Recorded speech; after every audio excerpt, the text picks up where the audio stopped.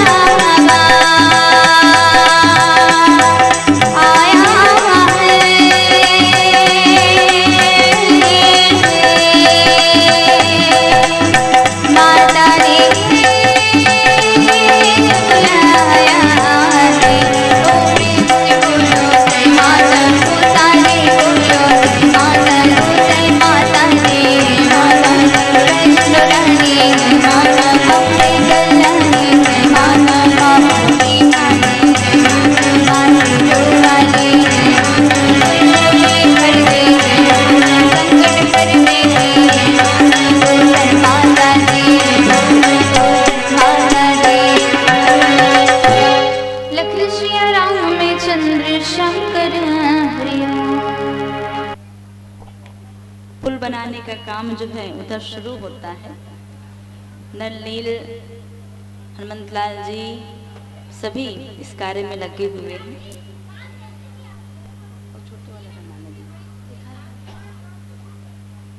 और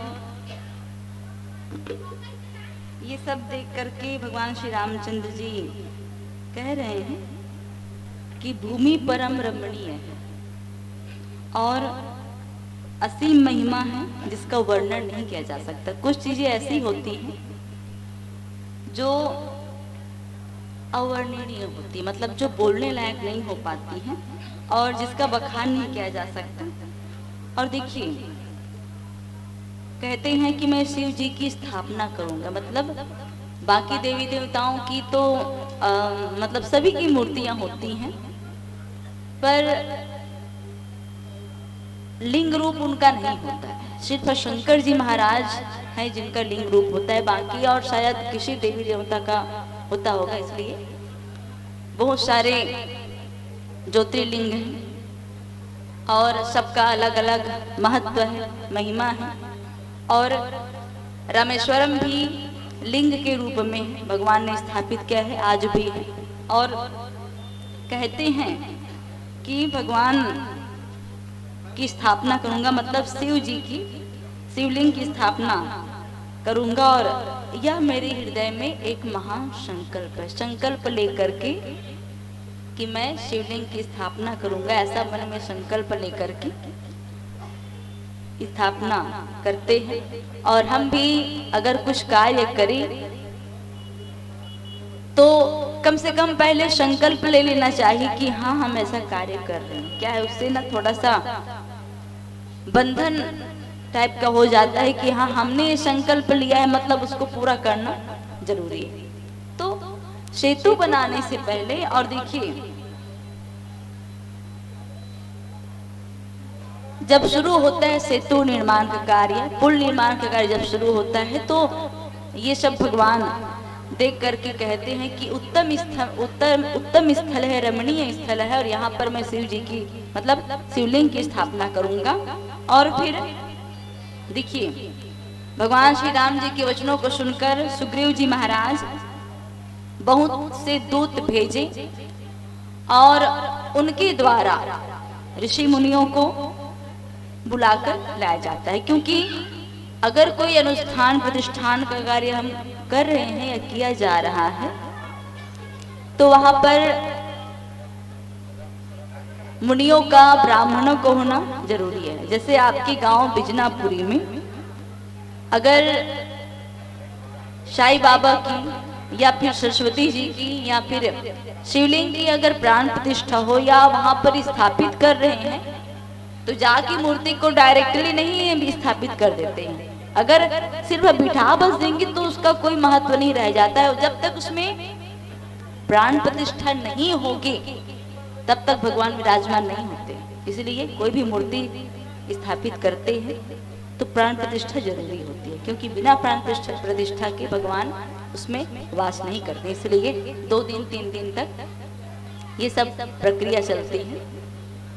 तो ऋषि मुनि को बुलाया जाता है, बहुत सारे ऋषि मुनि गण आते हैं उनमें, और शिवलिंग की विधिवत स्थापना, कोई भी कार्य कर रहे हैं और अगर कार्य विधिवत पूर्वक हो तो कार्य ज्यादा अच्छा रहता है। अगर उसी को एकदम शॉर्टकट तरीके से, जैसे सत्यनारायण की कथा होती है, तो कई पुजारी लोग कह देते हैं कि हमें और आगे पढ़ने जाना है तो हम थोड़ा सा जल्दी जल्दी निपटाएंगे, तो ये थोड़ा सा विधिवत कम हो जाता है। इसलिए जब विधिवत पूजा करते हैं तो उसका महत्व अलग होता है। इसलिए मुनियों को बुलाया जाता है, ब्राह्मणों को बुलाया जाता है, और फिर विधिवत उनकी पूजा प्राण प्रतिष्ठा होती है। भगवान स्वयं वहां पर बैठे हैं लखनलाल जी के साथ पूरी वानर सेना, क्योंकि ये पता चल गया है कि जानकी जी कहाँ है और जाने का रास्ता भी कहाँ से मिला है वो पता भी चल गया है। तो भगवान अब निश्चिंत हैं। बस कुछ भी कार्य करने से पहले हम जैसे अपने इष्ट देव को याद करते हैं, वैसे ही भगवान भोलेनाथ जी को वो अपना इष्ट देव मानते हैं और लिंग शिवलिंग की स्थापना करके अपने कार्य को प्रभु पूर्ण करना चाहते हैं कि तो कोई विघ्न मत आए इसमें, ऐसा करके। और भगवान कहते हैं कि शिव जी के समान मुझको कोई दूसरा प्रिय नहीं। जैसे हमको कई बार क्या होता है कि कोई मन कह देते ना कि मोला वही चाँद में प्रिय है, ओकर असन वो 5 जना जी ना तब मोला प्रिय नहीं हो सके। तो भगवान शिव कहते, राम जी कहते हैं कि भगवान शंकर मुझे प्रिय हैं और उनके अलावा कोई दूसरे प्रिय नहीं है, क्योंकि दोनों एक दूसरे को अपना इष्ट देव मानते हैं। शिव जी हमेशा राम नाम का जपन करते रहते हैं और भगवान राम जी भगवान शिव का नाम लेते रहते हैं, दोनों एक दूसरे को भगवान मानते हैं। अब देखिए ऐसा होता है कि जब ऐसा सुनती हैं माँ पार्वती, क्योंकि दोनों एक दूसरे को इष्ट देव मानते हैं, तो माँ सती माँ पार्वती सुनती है कि हमेशा राम नाम जपने वाले मेरे प्रभु, जिनको सारी दुनिया जानती है, सारी दुनिया जिनके नाम को जपन करती, वो मेरे प्रभु मनुष्य रूप में जो अवतार लिए उनका नाम जपन करते हैं। उनके मन में ना राम नाम को लेकर के संदेह हो जाता है, और इसका जो परिणाम है आप सभी जानते हैं, माँ सती को देना पड़ता है, क्योंकि वो शक कर बैठती है, मन में उनके संदेह हो जाता है कि सही में ये राम नाम जो दिन रात मोर पति देव लेत रहते, सही आदमी या फिर सही मोकर कर उतना शक्ति है कि नहीं कि मोर भगवान दिन रात का नाम लेते, तो संदेह शंका आ जाता है। आइए छोटा सा भजन और थोड़ा सा निवेदन। मैं ज्यादा जोर जोर से नहीं बोल पाऊंगी जैसे बाकी मंडली वाले बोलते थे, थोड़ा सा शांति रखिएगा।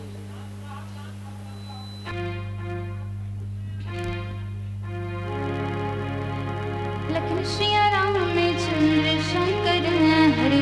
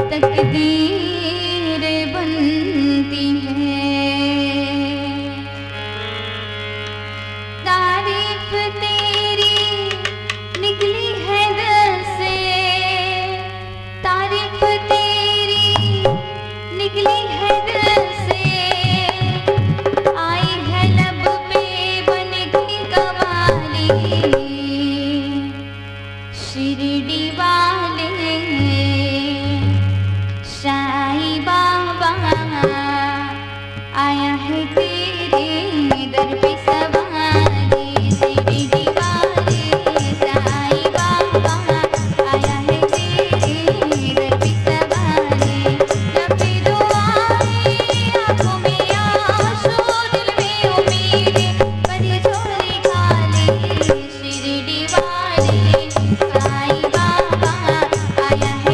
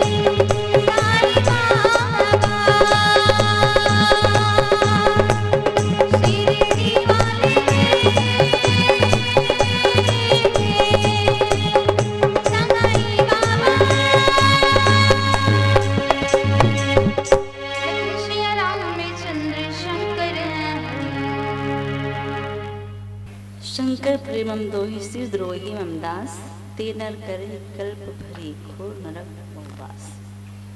अगर एक को प्रिय माने दूसरे से बैर करे विद्रोह करे तो एक कल्प, देखिए अलग अलग कल्प में अलग अलग अवतार होता है, ऐसा सभी ने सुना है, तो वही एक कल्प में घोर नरक हमें प्राप्त होता है। इसलिए सभी को समान मानिए, क्योंकि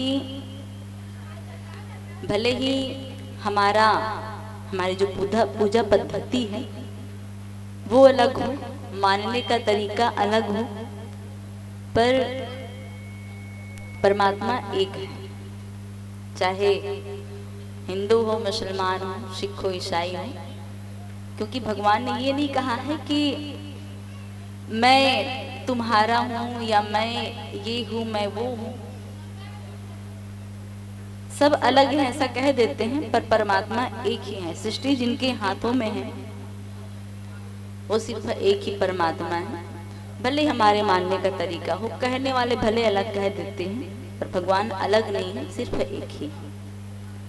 कहते हैं ना कि हर कण कण में है राम बसे, हर श्वास श्वास में सीता है, हर कंकड़ कंकड़ शंकर है, हर प्राण प्राण में गीता है, और जीवन की धड़कन रामायण पग पग बनी पुनीता है। सिया राम नहीं है श्वासों में तो प्राणों का घर रीता है।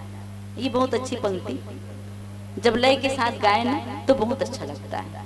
और अगर देखिए माँ पार्वती जी को ये संदेह शंका हो गया था कि अब मेरे पति जो हर दिन रात दिन राम का नाम स्मरण करते हैं, क्या सही में परमात्मा हो सकते हैं या उनके पास वो पावर है, वो शक्ति है जिनके कारण मेरे पति उनका नाम स्मरण करते हैं। तो ये संदेह शंका हमारे मन में भी हो जाती है। इसलिए जब कथा सुनाते हैं भगवान भोलेनाथ जी माता पार्वती तो कह देते हैं कि हे उमा, मैं आपसे कथा कहने जा रहा हूँ, आप ध्यान दे करके सुनना और बिल्कुल भी संदेह शंका ना करना। इसलिए कहते हैं क्योंकि आप किसी के ऊपर भरोसा करो या ना करो, पर परमात्मा के ऊपर भरोसा रखना जरूरी, इसलिए भगवान स्वयं कहें। और शंकर जी अगर आपको प्रिय हैं, अब कई लोग क्या करते हैं, कहते हैं कि राम जी एक महापुरुष हैं। कई लोगों का यही कहना है कि राम जी महापुरुष थे। तो कई जन मन के बाद से ये समझ में आते कि त्रेता युग बहुत दिन हो गए तेकर सत्य और महापुरुष समझते इसे कर। कई जन मन के अलग अलग सोच, दुनिया में मुंह तक आदमी है, सबके अलग अलग विचार। तो कई जन मन के मुंह सुने मिलते कि अब्बर दिन हो गए तेकर सत्य वाला ज्यादा माने नहीं धरे, महापुरुष समझते इसे करते। कृष्ण जिला ज्यादा दिन नहीं हुए तेकर सती भगवान मान, तो ऐसा नहीं है।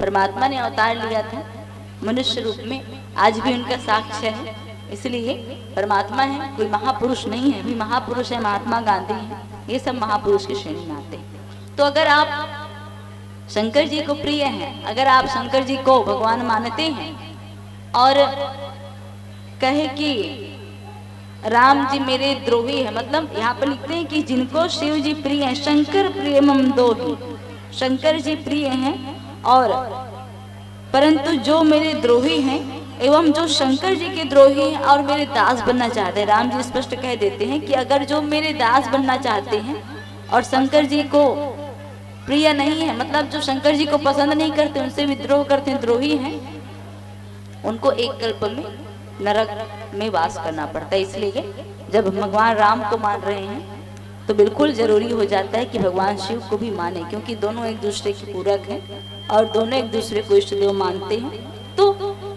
हमें भी चाहिए कि हम भी भगवान राम को जब मान रहे हैं तो भगवान शंकर को भी अपना पूज्य माने, क्योंकि दोनों जो है प्रेम है, निस्वार्थ भाव से अगर भक्ति करें तो हमको परमात्मा मिल जाते हैं। और देखिए जब लिंग की मतलब शिवलिंग की स्थापना करते हैं भगवान राम जी, तो बहुत सारे सब ऋषि मुनि आते हैं पूजा पाठ करने के लिए, ब्राह्मण को भी बुलाया जाता है पूजा पाठ करने के लिए। तो वैसा ही हुआ एक बार शिव जी के साथ। सभी के मन में ये बात आई, जितने भी देवता गण थे, और माँ पार्वती भी कहती हैं कि भगवान शिव को बोलती हैं कि हे देवता, कि सभी लोग अपने अच्छे अच्छे घरों में रहते हैं प्रभु, और हमन है कहा के गुफा कंदरा में रहते तो हमरो मन बड़े काठन बढ़िया घर होना चाहिए इसे की। तो फिर केहे में कुबेर जी महाराज बढ़िया से सोने की घर बनी, सोना की घर। और जैसे कि सबके घर के नियम होते कि गृह प्रवेश के पहले पूजा पाठ होते घर में, है ना। तो वैसे ही शंकर जिला भी लगी इसकी नहीं, घर में बिना पूजा के अंदर जाना ठीक नहीं है। तिकर सती पूजा पाठ करे, पूजा में आ रही से पंडित बन के रावण इतना ललचाहा आदमी है जेकर कुछ सीमा नहीं, धन के लोभी तो रही से, साथ साथ स्त्री मन की लोभी। जहां पर भी सुंदर कन्या देखतीस ना, वहां से वो मला जीत के ले आतीस। नाग कन्या, गंधर्व कन्या, गंधर्व देव सब वहां पर थे लंका नगरी में। इसलिए ये कहा जाता है कि रावण जो है बड़ा ही लोभी लालची था। क्या सोने की लंका उसके पास चली गई। कैसे? अब देखो, जब भगवान के यहाँ पूजा पाठ करने के लिए गए गृह प्रवेश के लिए, तो अंतिम में जो जजमान होते हैं, जो पूजा कराने वाले होते हैं, वो दक्षिणा के रूप में देते हैं, जैसा भी हो बन सके। तो भगवान इतने दयालु, भगवान शिव जी इतने कृपालु कि ओला पूछ डरिस कि हे ब्राह्मण देवता तोला का चाहिए। और वो इतना अजीब, इतना ललचाहा प्रवृत्ति के घर ला देख के मन में एकदम लड्डू फूटे कि काश हिल मोल दे देती, इससे मोर कल्याण हो जाए। अब भगवान शिव जाना थे मन में का है तिला काबर की, सबकी मन की बात को जानने वाले हैं। और फिर भी पूछी बात रखी राहत का करते। तो कथी भगवान शिव हैं ब्राह्मण देव, रावण का चाहिए तो ला इसे की। तो कथे कि प्रभु आप तो सबके मन की बात ला जानते हो, तब बोल पूछते हो। इसे कहते थे नहीं नहीं फिर भी बता। इसे कहते तो कहते कि अगर आप मुला ये दक्षिणा में अभी जिन घर के पूजा में करे हूँ वही घर ला अगर मोल दे देते हो तो बड़ा कृपा होती इस प्रभु। ऐसे कहते आप सोचो, जे घर के पूजा में गे हाबे और वो आदमी मन खुद अभी घर प्रवेश नहीं करे ना, घर के कुरिया में अभी नींगे नहीं है, और कोई पंडित आके कोई दूसरा आदमी आके कही दी इसकी नहीं मोला दक्षिणा में दे दो, तो जे घर बना है तेला कैसे लागी। पहली बात तो गुस्सा है, और बाद में लगी केल कहाँ कहाँ पूजा पाठ करे बर बुला ले नौकले बने नरियल फोड़ के अंदर चल देते ते बात बनती। तो ये लोभी रावण जो है, तो ये बताने का कारण ऐसा है कि भगवान शिव इतने दयालु कि अपने पास कुछ नहीं रखे। इसलिए कई जो व्याख्याकार हैं वो ये कह देते हैं यहाँ तक कि भगवान जो है, छत्तीसगढ़ी में कथन ना भिखारी मन आते ऐसे की तो भगवान भले सब ला देते पर ओकर कर कुछ नहीं रहा, एकदम खाली। काबर की खुद गुफा में रहते हो और हमेशा देने वाला। अगर आप कभी भी ये चीज मांगो कि भगवान मोर कर नहीं है, तो कभी नहीं कही इसकी नहीं मोर कर नहीं है, बिल्कुल दिस।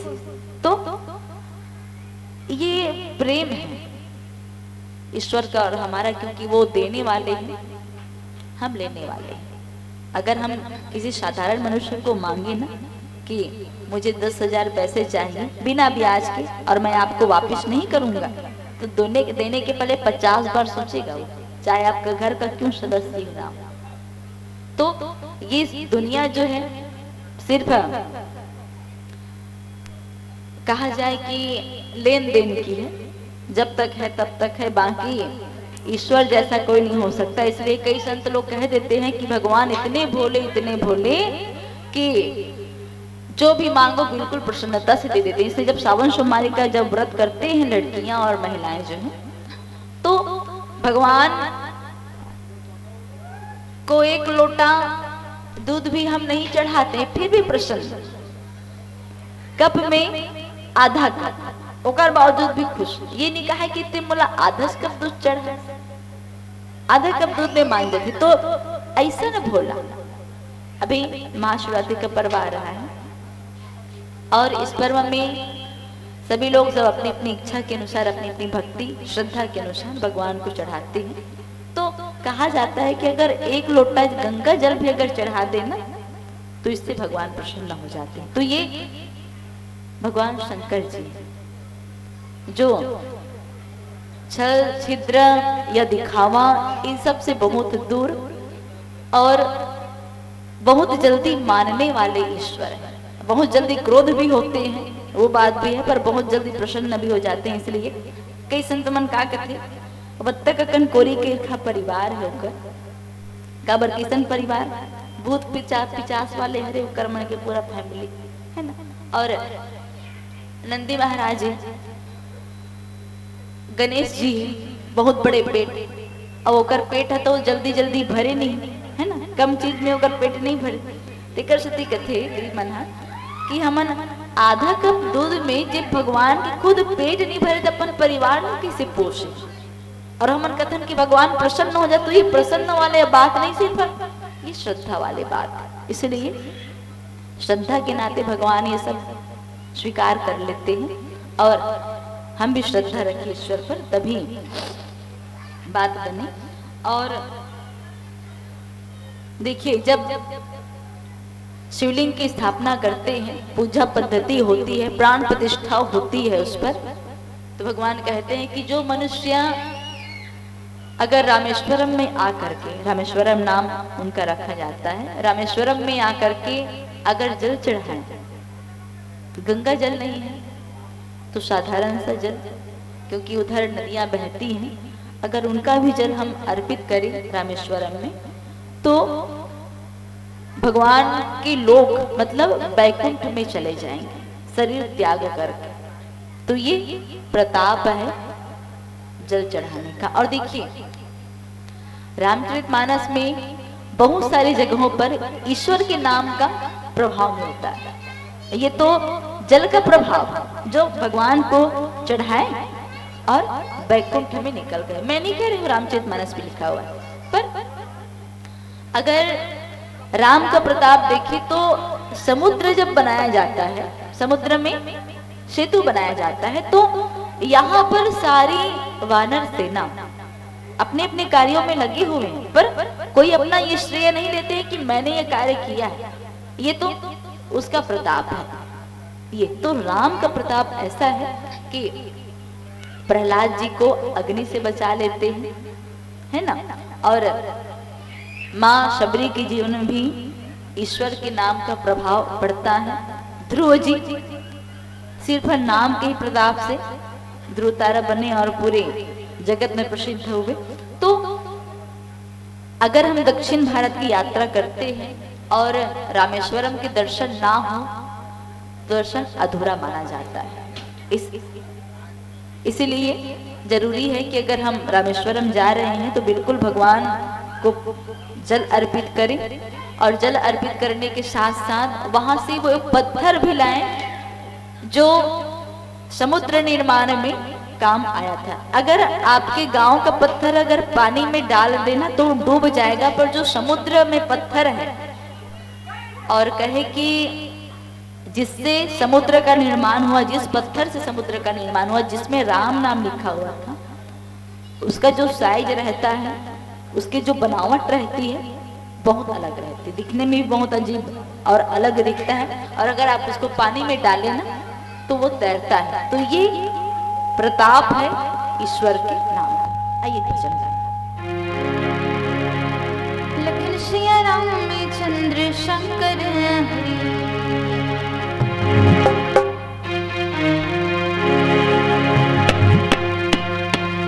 मोरे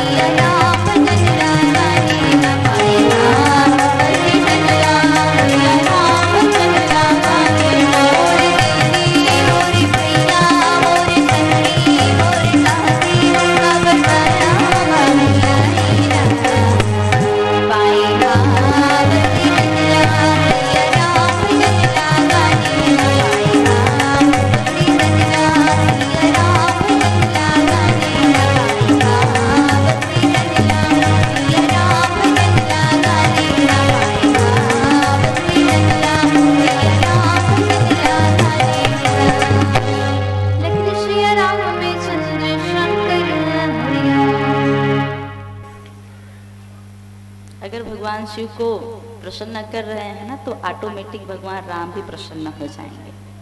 इसलिए किसी एक को प्रसन्न करके देखिए, दूसरे के लिए ऑटोमेटिक दरवाजा जो है खुल जाता है, क्योंकि दोनों एक दूसरे को इष्ट देव मानते हैं ना। और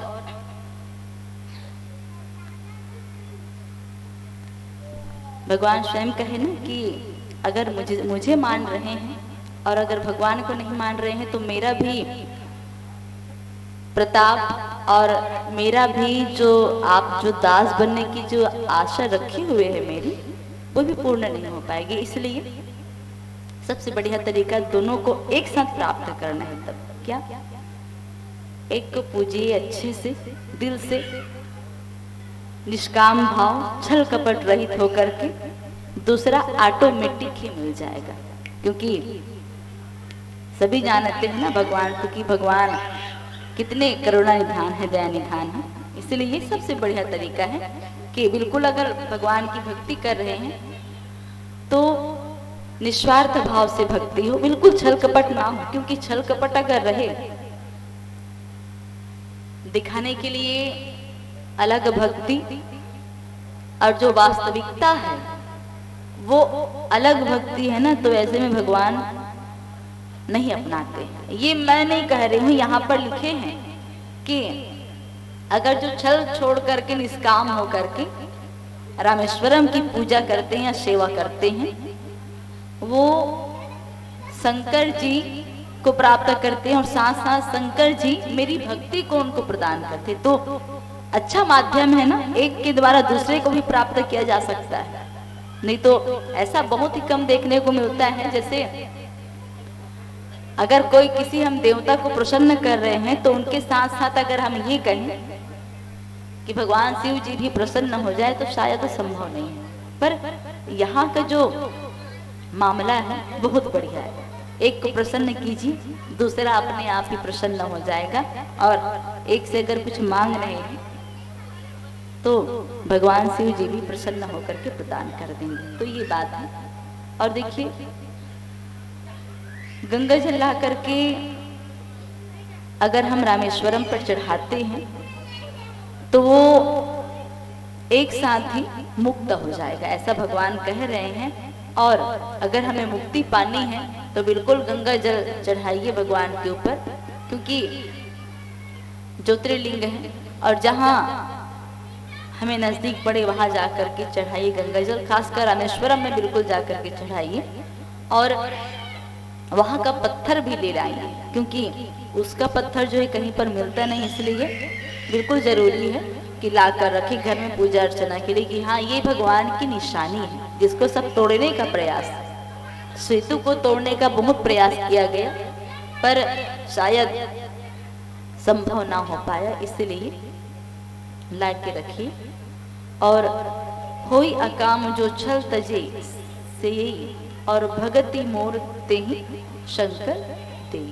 तो छल कपट त्याग करके निष्काम भाव से, कोई कामना रहित निष्काम, और अगर हम ऐसी भक्ति करते हैं तो भगवान शंकर जी राम जी की जो भक्ति है उन्हें हमको देते हैं। तो छल कपट त्याग कर निष्कामना मतलब कामना रहित। और देखिए ऐसा है कि रामचरितमानस में बहुत सारे ऐसे पात्र हैं जो कामना रहित भक्ति किए, जैसे माँ शबरी जी जो हैं कामना रहित भक्ति की, और हनुमंत लाल जी महाराज तो ऐसे हैं कि उनको तो कोई कामना नहीं थी। भरत जी महाराज को भी कोई कामना नहीं थी। जब गंगा जी में उतरते हैं भरत जी महाराज तो माँ गंगा पूछती हैं कि भरत क्या चाहिए?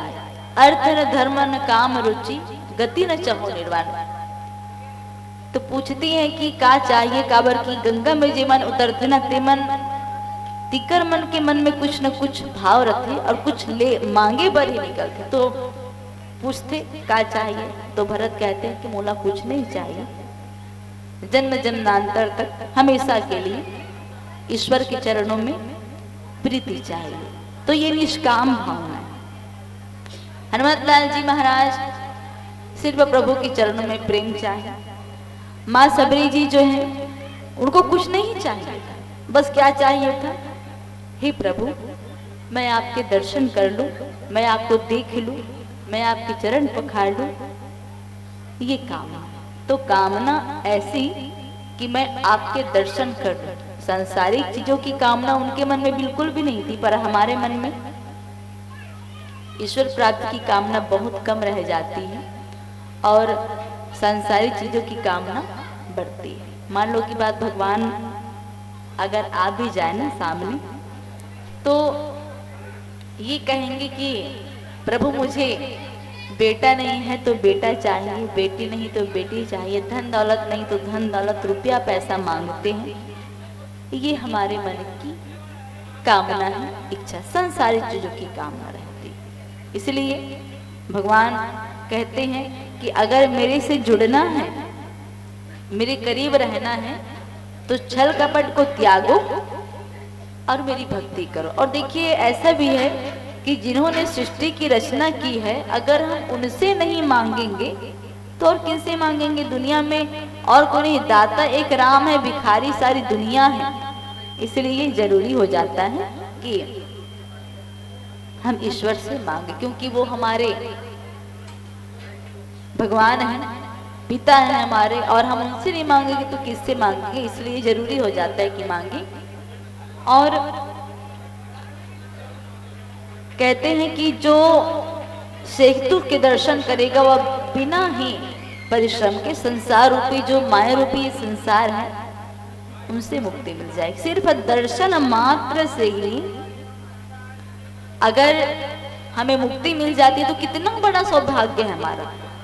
बाकी माया रूपी संसार से जाने के लिए लोग कई तरह के काम करते हैं कि प्रभु हमें यहाँ से ले जाइए, हमें यहाँ और नहीं रहना है, हमारा समय समाप्त हो चुका है।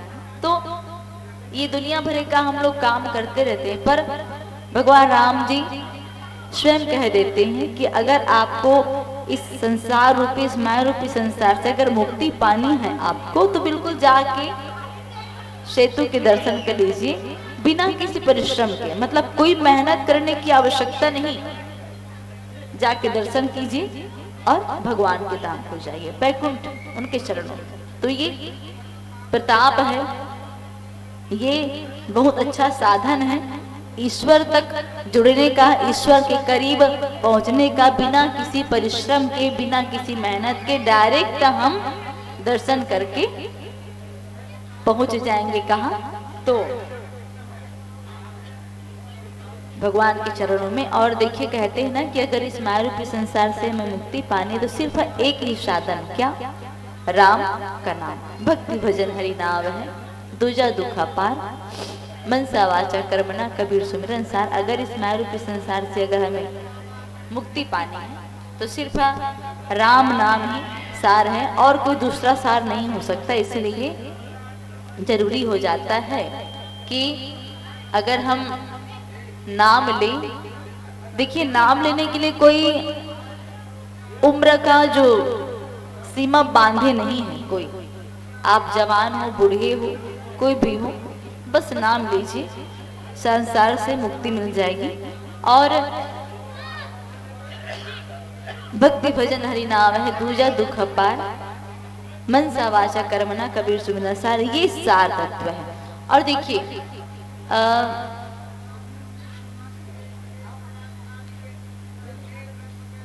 माया ऐसी है कि हम एक दूसरे से बंधे हुए हैं। जो दिख रहा है ये माया है, और अगर इससे दूर होना है तो सिर्फ राम नाम ही सार। राम नाम ऐसा मंत्र है कि हनुमत लाल जी महाराज बस एक बार राम नाम कहे और उड़ गए लंका नगरी के लिए। तो ये प्रताप होता है। एक संत थे, संत को विश्वास नहीं था कि राम नाम सही में इतना कारगर हो सकता है कि नहीं। जैसे माँ सती को विश्वास नहीं था ना, और जब समझ में आया तब विश्वास हुआ कि नहीं, राम नाम है वो सार है। तो एक संत थे, संत को जाना था भगवान के दर्शन के लिए, और दर्शन के लिए जाना था तो कैसे जाए, समुद्र में पुल नहीं है, क्योंकि यहाँ पर राम का प्रभाव है। और कैसे जाएं, समुद्र में पुल नहीं है। तो कहते हैं कि आपको कागज पर कुछ लिख करके देते हैं, अगर आपको विश्वास है तो बिल्कुल जा सकते हैं, समुद्र पार कर सकते हैं। कागज में का लिखिस, का ने लिखिस तन्नी बतिस, बस पकड़िस और चलते बनिस संत। और वह संत जब नजदीक इस ना किनारा, यही जेमे पुल बना थे ओकरेज बात है। तो जब किनारा जैसे जैसे आगे बढ़े धरिश्ना, तो मन में संदेह शंका शुरू होगी कि का लिखा है, वतना मिले नहीं रही से, पर अब शुरू होगी। और कथे कि कनी खोल के देख लेते हैं उनका का लिखा हुआ, तो खोल करके देखी तो का लिखे रही सी जय श्री राम। और कथे कि अरे जय श्री राम में देख सकते हैं कि वो समुद्र पार करा थे। तो ये ईश्वर के नाम का प्रभाव अगर मान लेना तो इस माया रूपी संसार से मुक्ति ऑटोमेटिक ही मिल जाएगी। इसलिए बिना किसी परिश्रम के अगर हमें मुक्ति पानी है तो सिर्फ राम नाम ही सार तत्व है। और सेतु के दर्शन करने से ही मुक्ति मिल जाती है। तो ये है प्रसंग और हमें नेक्स्ट मंच पे जाना है, इसलिए आपसे अपेक्षा करते हैं कि एक भजन के पश्चात, ठीक है,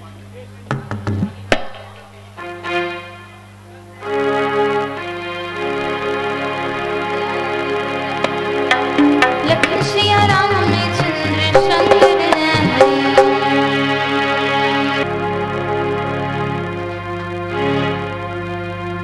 मुख मुरली बजाए,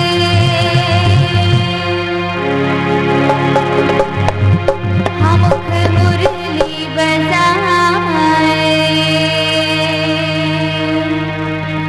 छोटे से श्याम कन्हैया।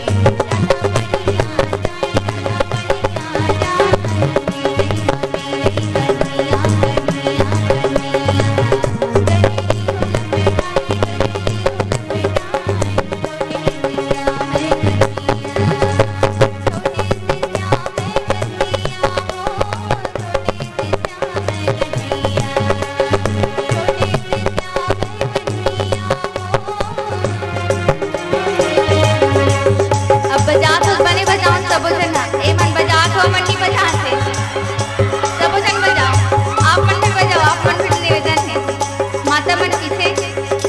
चलिए एक साथ बजाएंगे, जिनको बजाना है भाई, जबरदस्ती नहीं है। चलिए।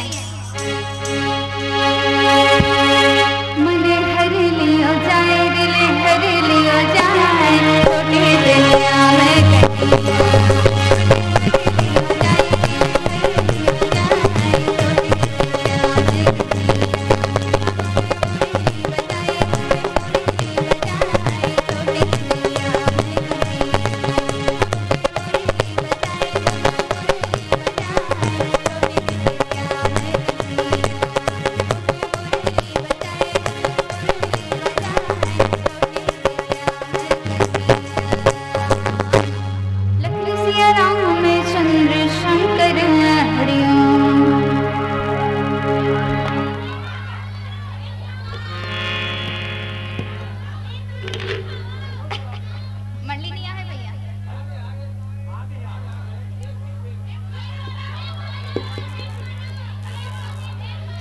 सुनो सुनो पहले, अभी ये मंच में बैठे हैं आप मन भी देखा था। ए मन तीनों जन मन ना नवा है रे, और मोर सहयोगी नहीं है, और एकर गला हा गवई मारे छिला गई, तब माहौल थोड़ा दिक्कत हो, देख के सन गात बजात होता, ओकर वजह से अही तिका मन से सुनत नहीं बनी।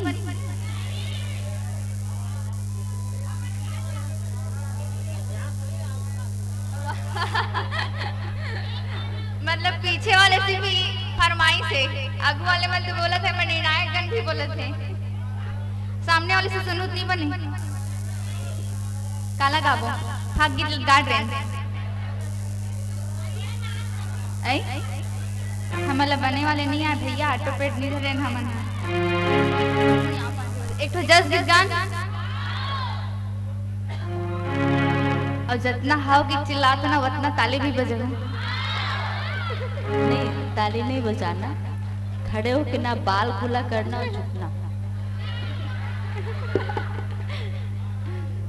चलिए।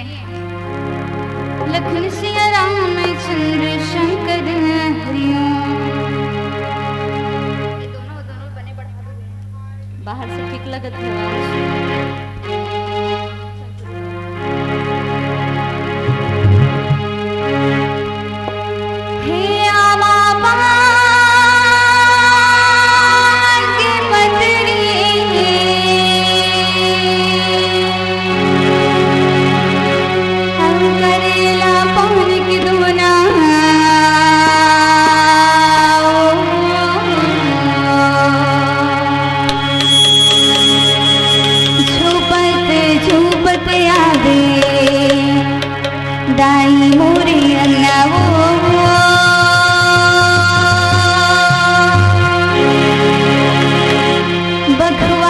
चढ़ के आवे